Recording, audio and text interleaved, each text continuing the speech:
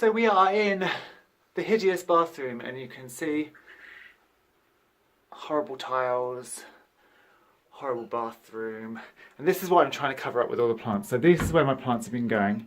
I've been popping them onto the windowsill to try and put as many plants as the windowsill. I've got this butterfly palm is starting to do really well. The spider plant is kind of extending and going across, which is really, really nice. Now, I talked last week about putting the bottles on the wall, and this is what I've done. So this is the bottom of a bottle, obviously, and it's got a spider plant in it.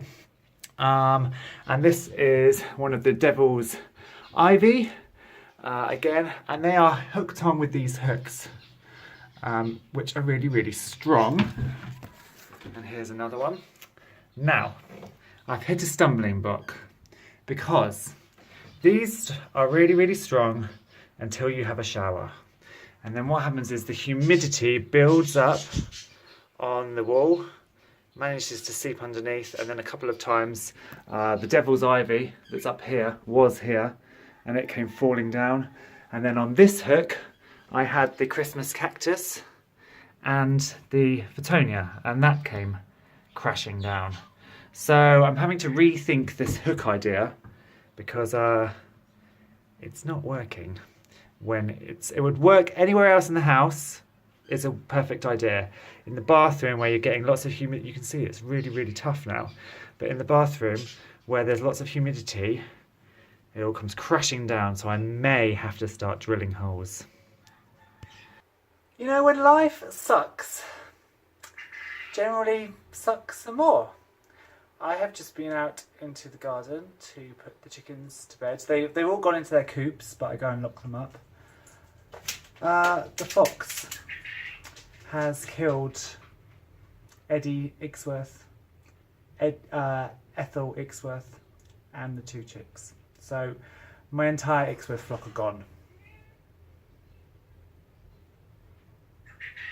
Don't know what to say, really. I do have some eggs, so I guess I'm going to put those into the incubator.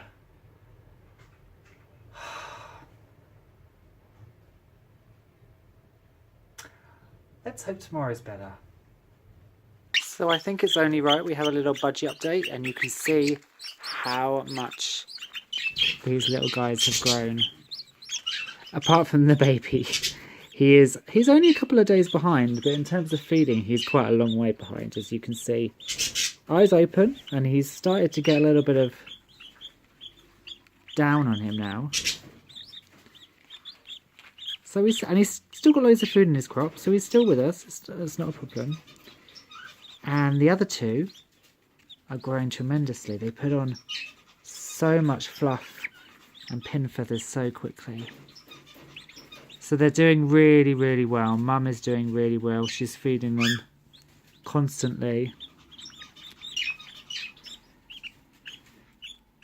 Lovely little feathers are starting to actually come out of the pins now. So yeah, so that's the baby budgie update. We also have the cockatiels in here now. A, because it's our Christmas decorations downstairs, but B, because I thought maybe the sound of baby chicks, baby parakeets, might encourage the cockatiels to get going. Look, Pluto is very interested. Are you trying to look at them? Want to know what they are? So I'll put them back in the nest box now. Well, this is what I've just come down the garden to. Don't worry, no dead hens. But you can see Mr. Foxy has been along the edge of the silkies. So not content of taking out my Ixworth, thanks, Barry. He's now trying to take out the silkies. I did put these blocks down here. They're very heavy concrete blocks because he was trying to get under this way. He's obviously tried to get in the front instead now. Now there is mesh under the run, so I think he's come into contact with this mesh, which hasn't been so easy. But he's trying to get in. So what I think I'm going to do is I've got these old metal pods rods from one of those plastic greenhouses. And I think what I'm going to do is I'm going to drive these into the ground. Just along the front, just to create like a barrier that he can't dig through, just in case he tries to come again.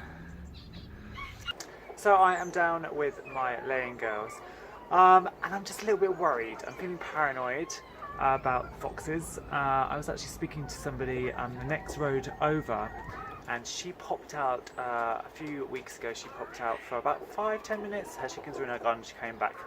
Fox had come and killed them all. This was in the middle of the day. And the issue I have is there is no way to kind of shut this poultry yard off. There's fences all round. There's a tree. So there's no way to enclose it. And I can't keep them locked in a shed. I don't want that. I want them to be able to come out. So I'm going to get a battery operated radio, and I'm going to pop that on and put it on a channel where it's mostly chat, so hopefully foxes hear human voices and don't want to come. And I'm also thinking about a possible guard alarm animal. So things like guinea fowl, geese, something along those lines. Now I think guinea fowl would be too loud in an urban setting, and geese I'm not sure, because geese really need the water and they also need grass to graze, both of which I don't have. So yeah, it's a little bit of a sort of stressful time at the moment. I'm trying to work out what I can do to safeguard as much as I can these chickens. So much to the exasperation of poor Sard, my husband, I've moved more birds into the spare room. So there's been talk about wanting to see more about the zebra finches, and it's so cold and wet, and I think I've discussed before how I have my zebra finches in a colony system, but the grey gene is the normal natural coloration, and it's dominant, and so I've got all grey chicks. So I've brought some different colour variations inside. So I've got this pair of whites. So that's the hen there, and then the cockerel is beside her. I've got a pair of fawns.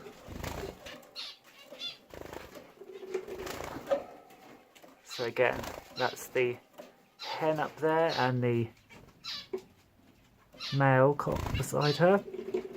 And what I've used is I use shavings on the floor because they kind of pick through it with the seed. Obviously seed, they have cuttlefish. I like to use at least one natural perch, so this is ash. So there's an ash branch there, and there's an ash branch there. I haven't put the nest boxes in yet. I'm cleaning them, and the nest boxes will go in the next couple of days, because I've just pulled these birds out of the aviary. So they might have been in prior pairs. They probably were paired up, in fact, so they need to establish new bonds. And then there's obviously all these birds, and then I brought in a pair of a pied male. So he's the normal colour, except he's got those white wingtips, and I'm pairing him with a white hen. So as soon as we have eggs and babies and things like that, I will let you know. So I thought we would end the week on a high, because obviously we've had a rough week so far. So these are the 10 Ixworth eggs that I saved. You can see I've got a couple of thermometers in there. This is a proper egg one, so you can see it's saying 37.7, which is the perfect temperature. I candled these, so this is day 5. I candled these late last night, and there are signs of life in all of them, although we have got a couple of just red lines in 2 of the eggs, which normally means when you get a few veins and then a red band round, that's normally died.